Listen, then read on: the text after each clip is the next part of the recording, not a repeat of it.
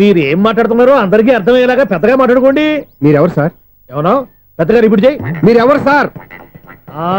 ఇప్పుడు అర్థమైంది నేనెవరా. ఆ మాట నేను నిన్ను అడగాలి. సార్ నాకు యూబీ గ్రూప్ ఆఫ్ కంపెనీలో అసిస్టెంట్ మేనేజర్ గా జాబ్ వచ్చింది. ఉండటానికి ఒక ఫ్లాట్ కావాలి. అర్థమైందా? అద్దెకి ఫ్లాట్ కావాలంట. ఎందుకు వస్తున్నా కానీ చూడనుకున్నావా ఏంటి? ఆ మాట నువ్వే పబ్లిసిటీ ఇవ్వక్కర్లేదు. అచ్చరే ఇంతకీ నువ్వు బ్యాచులర్ వేరా? అవునండి, నేను బ్యాచులర్నే. బ్యాచులర్స్ కి ఇక్కడ స్థానం లేదు, ఫ్లాట్లు లేవు. ఫ్లాట్స్ లేకపోవడం ఏంటి? బ్యాచులర్స్ అంటే అంత చీపా? ఆ మాటకొస్తే మన పాత ప్రధాని బ్యాచర్ కాదా? పక్క రాష్ట్రంలో ముఖ్యమంత్రి బ్యాచర్ కాదా? ప్రెసిడెంట్ బ్యాచర్ కాదా? ఈ ఫ్లాట్స్ లో ఈవిడ బ్యాచర్ కాదా? పెళ్లికి ముందు నువ్వు బ్యాచర్ కాదా? ఆయన ఇప్పటికీ బ్యాచులరే. బాగా చెప్పావు. ఈ బ్యాచులర్ కి నేను ఫ్లాట్ ఇవ్వను. ఈడిచ్చిందంటే రాఘవేంద్రరావు లాంటి డైరెక్టర్ కి, జంజాల్ లాంటి రైటర్ దొరకవు. పదమా రూమ్ లో ఉంది కానీ లగేజ్ అక్కడ తీసుకురా. అతని కోసం ఎంత రూమ్ ఖాళీ చేస్తానంటే వెల్కమ్. ఇదే నా ఫిలిం ఛాంబర్. ఇదేంటిది ఎలా ఉంది? ఇలాగే ఉంటది. నాకు ఏదైనా సరే ఆర్టిస్టిక్ గా, ఆర్టిఫిషియల్ గా ఉండాలి. అప్పుడే లైక్ చేస్తాను. నువ్వు శంకరాభరణం శంకర శాస్త్రి గారి గడప తాకితే స్వరాలు పలికినట్టు నువ్వు ఈ ఫ్లాట్ లో ఏం తాకినా నరాలు తెగుతాయి. ఈడేంటి పట్టపగల తాగేస్తున్నాడు? వీరికి ఇంకో క్వాలిటీ కూడా ఉంది. కాస్ట్యూమ్ డిజైనర్ కూడానే. సమంత ఫాక్స్ దగ్గర నుంచి సుమంత దాకా ఈడే కొడతాడు. ఏంటి చెప్పులా? కాదు, బట్టలు. చూస్తుంటే అలా లేడు. అయినా బట్టలు కుట్టేవాడి రూమ్ లో పెట్టుకుంటాం ఏంటి? వాడేవాడు నన్ను పెట్టుకోవడానికి, వాడిని నేను పెట్టుకున్నాను. అంటే ఈ ఫ్లాట్ నీది కదా? టాలెంట్ తప్ప ఈ ప్రపంచంలో నాకంటూ ఏదీ లేదు. నా అదృష్టం కొద్దీ ఆయన ఈ ఫ్లాట్ ని అద్దెకి తీసుకున్నాడు. అందులో సగం నాకు అద్దెకిచ్చాడు, అందులో సగం నేను నీకు అద్దెకిస్తా. ఓహో, అండర్స్టాండింగ్. ఇంతకీ అద్దె ఎంత? అది నన్ను అడుగు. 6,000. అయితే 2,000 ఇస్తే సరిపోతుంది. ఎలా సరిపోద్దండి? ఆయన ఈ ఫ్లాట్ ని 6,000కి అద్దెకి తీసుకుని అందులో సగం 2,000కి నాకు అద్దెకిచ్చాడు. అందులో సగం 4,000కి నేను నీకు అద్దెకిస్తాను. ఈ లెక్క ఏంటి ఇంత కన్ఫ్యూజ్ గా ఉంది? నీకే కాదు, మొదటి నుంచి వాడు నాకు కూడా అలాగే చెప్తున్నాడు. ఈ కన్ఫ్యూజన్ ఏమీ లేకుండా ఉండాలంటే 4,000 ఇచ్చేయండి, సరిపోద్ది. 4,000 మరీ టూ మచ్ గా ఉంది. అయితే 6,000 ఇచ్చేయండి. సునీల్, చీకటి పడిందంటే ఊళ్ళో లైట్లు నిలిగితే నా కంటిలో లైట్లు ఆరిపోతాయి.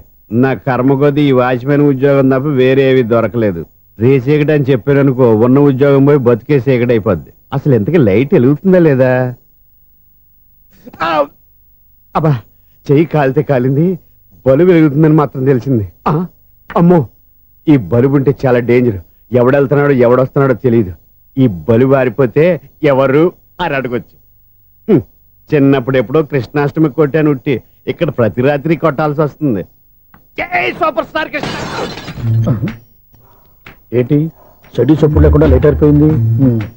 అమ్మయ్య, ఇప్పుడు ఏదో వచ్చినా పర్లేదు. ఏంటయ్యా సడన్ గా బల్బు ఆరిపోయిందేంటి? వచ్చేసారా సెక్రటరీ గారా? బలుబు ఆరిపోలేదండి, పగిలిపోయింది. ఏంటో చీకట్లో సరిగ్గా వినిపించట. చీకటికి వినపడడానికి సంబంధం ఏంటండి బాబు? కాదులే, కొంచెం బాడీ వీక్ గా ఉంది, కాస్త పెద్దగా చెప్పు. బల్బు హై వోల్టేజ్ వాళ్ళు పగిలిపోయిందండి. ఎంత హై వోల్టేజ్ అయితే మాత్రం రోజు ఇక్కడ ఈ బల్బే పోవాలా? అదేదో ఎలక్ట్రీషియన్ అడగ వాచ్మెన్ నన్ను అడుగుతారేటి? సర్లే, చీకట్లో నీకేం ఇబ్బంది లేదుగా? ఈ టైంలో వెళ్తుల్లో ఉండడం ఇబ్బంది. అమ్మో, ఏదో కారు వస్తుంది. ఎవరదే? ఏంటయ్యా ఎందుకు గేటు తీసావు? కారు వచ్చింది కదండి. ఇది ఇప్పుడు హార్న్ కొట్టాడు, వినపడలేదా? హార్న్ కొట్టాడా? హార్న్ చూడా వినపడింది. హార్న్ వినపడింది కానీ కారు కనపడలేదే. అదేనండి, మీ బ్యాక్ నుంచి వెళ్ళింది కదా మారుతి జన్. నా బ్యాక్ నుంచి మారుతి జన్ వెళ్ళిందా? ఎర్ర మారుతి జన్ కదా? కరెక్టే. అమ్మో, మన చెవితో పాటు అవి కూడా ఎఫెక్ట్ అయిందా కొంపదీసి? ఆహా, లవర్ బాయ్ ఎంటర్ అయ్యాడు. లవర్ బాయ్ ఎంటర్ అయ్యాడా? ఆడియో అదిరిపోద్ది. ఆడియో కాదు, వీడియో కూడా. అది నాకెందుకు? హలో, మన అపార్ట్మెంట్స్ లో అందరికీ మైక్ టెస్టింగ్. 1 2 3 4. ఏంటయ్యా అప్పుడే మొదలు పెట్టావా పాటలు? పాటలు కూడా పాడుతున్నానండి, మైక్ టెస్టింగ్ చేస్తున్నాం ఇక్కడ. అదే అడుగుతున్నాను, ఇప్పుడు పాటలు అవసరమా అని. అరే మళ్ళీ పాటలు అంటారు, ఆ చెవిటోళ్ళు కానీ చెప్పచ్చు కానీ మీకు చెప్పడం కష్టంగా ఉంది. సర్లే, ఆ మామిడాకులు తీసుకెళ్ళి మండపానికి కట్టు. రే, వాడు చేసే పని వదిలిపెట్టి వేరే పని చెబుతావు. ఇదిగో ఆ మామిడి ఒకరు మంటపానికి కట్టు. నేను చెప్పింది కూడా అదే. నువ్వు అదే చెప్పావా? ఏదన్నా చెప్తే సెక్రటరీ ఏం చెప్పాలి? నువ్వుగా చెప్పేది. రే, నువ్వే బయటికి వెళ్ళి సాయంత్రం 7 గంటలకల్లా హరిదాసు తీసుకురావాలి. పగలు ఎన్ని పనులన్నా చెప్పండి, అంతే. 6 తర్వాత చేయను. ఎందుకని? గేట్ దగ్గర ఎవరు ఉంటారు, అది ఎవరైనా పట్టుపోతే. అంటే నువ్వు గేటు కాపురా ఉన్నావా, అపార్ట్మెంట్ కాపురా ఉన్నావా?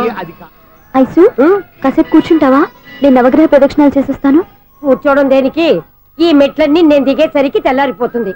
నువ్వు వెళ్ళి తిరిగిరా, ఈ లోపల ముక్కుతూ ములుగుతూ నేను దిగేస్తాను. సరే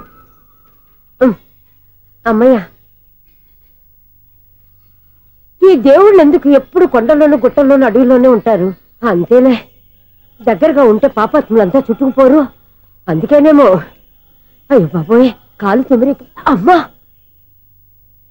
ఏదో అందరి ముందు యూత్లాగా మెయింటైన్ చేసేస్తున్నానే గాని ఇంతకు ముందులా కాళ్ళు వంకటమే లేదు, నడుము పైకి లేవటం లేదు. ఈ మెట్లు దిగుతుంటేనే నేను ఎంత యూత్గా ఉన్నానో అర్థమైపోతుంది.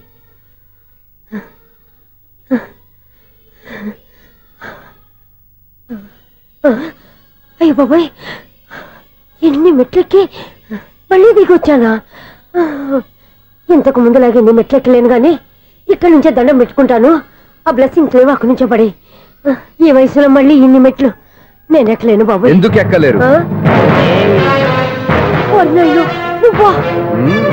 మీ కోరిక నేను తీరుస్తాను బామ్మగారు. మళ్ళీ ఏం కొరివి పెట్టబోతున్నావురా? కొరివి కాదు బామ్మగారు, కోఆపరేషన్. హనుమంతుడు సంజీవుని పర్వతాన్ని ఎత్తుకెళ్ళి ఒక్కడికి కూడా కింద ఎట్టకుండా ఎత్తుకెళ్ళిపోతా. నన్ను దింపండి రా, నా మాట వినండి. హెల్పింగ్ విషయంలో నేను ఎవరి మాట విన్నాను. నేను కూడా ఎవరే సీతయ్యానికి దండం పెడతాను రా. బామ్మగారు ఎన్నిసార్లు చెప్పాలి నా పేరు సూర్యాని? ఏదో ఒక ఆర్య, నన్ను దింపండి రా, మీకు పుణ్యం ఉంటుంది. మధ్య దింపేస్తే మాకు పాపం వస్తుంది. ఒరే మిమ్మల్ని మెట్ల మీద నుంచి తోసేయ్యా, నన్ను వదలండి రా. చూసావా బెదరు, పండు ముసలి కదా అని పందిలో మోసుకెళ్తుంటే భోజనం వేసుకుని ఇష్టం తిట్టేస్తుంది. బామ్మగారు నోరు మూసుకుని రామారామా అనుకోండి. నోరు మూసుకొని రామరామాన్ని ఎలా అనమంటావు? మేము నోరు మూసాం, మీరు మనసులో అనుకోండి. వచ్చేసాం. వచ్చామండి. చూసావా ఎంత ఈజీగా పైకి తీసుకొచ్చావా? ఇప్పుడు హ్యాపీయా? హ్యాపీయా కదా నువ్వు? అమ్మయ్యా, ఈ రోజుకి ఒక పుణ్యకారం పూర్తి చేసాం. ఇప్పుడు కూడా స్ట్రైట్ గా దేవుడి దగ్గర దింపేసేవాడు. కానీ ఈ కాస్త దూరం నడిస్తే నీకు పుణ్యం వస్తుంది కదా. ఇదిగో బామ్మగారు, లోపలికి వెళ్ళి మీరు ఒక్కళ్ళే దండం పెట్టుకోవడం కాదు, మా ఇద్దరు పేర్ల మీద కూడా నేను దండాలు ఎట్టేసుకోండి. మీ ఆనందం చూస్తుంటే మా పేర్ల మీద అభిషేకం చేయించాలి. బామ్మగారు మెట్లెక్కలే కష్టపడుతుంటే మేమే ఈజీగా పైకి తీసుకొచ్చాం. Helping nature, helping tendency. ముసలిదైనా బరువు బండి ఉందండి బాబు. ఐసు, నువ్వు కిందకి దిగాలి కదా, వాళ్ళు పైకి తెచ్చావంటారేంటి? కర్మ అదేనమ్మా నా కర్మ. ఎంతో కష్టపడి ఒక్కొక్క మెట్టే కూర్చుంటూ పాక్కుంటూ ఆయాసపడి కిందకి దిగితే ఆ వెధవులు నన్ను తీసుకొచ్చి ఇక్కడ పడేశారు. వాళ్ళు ఎత్తుకొస్తూ ఉంటే నువ్వేనా వద్దని చెప్పొచ్చు కదా. నన్ను ఎక్కడ చెప్పనిచ్చారు? పైగా గట్టిగా నోరు మూసేస్తే చంటి పిల్లని తీసుకొచ్చినట్టు తీసుకొచ్చి ఇక్కడ పడేశారు గాడిదలు. పైగా హ్యాపీ అంట హ్యాపీ. బాబాయ్, ఇన్ని మెట్లు మళ్ళీ నేను ఎలా దిగగలను? నా వల్ల కాదు బాబాయ్. అతని సార్ వస్తే ఇలాంటి హెల్ప్ లేవి చేయొద్దని చెప్పు. ఎలా చెప్పును? వాళ్ళు ఏ టైంలో ఏ కారణం నుంచి వస్తారో కూడా తెలియదే. వాళ్ళు నన్ను చంపేదాకా హెల్ప్ మీద హెల్ప్ చేస్తూనే ఉంటారు.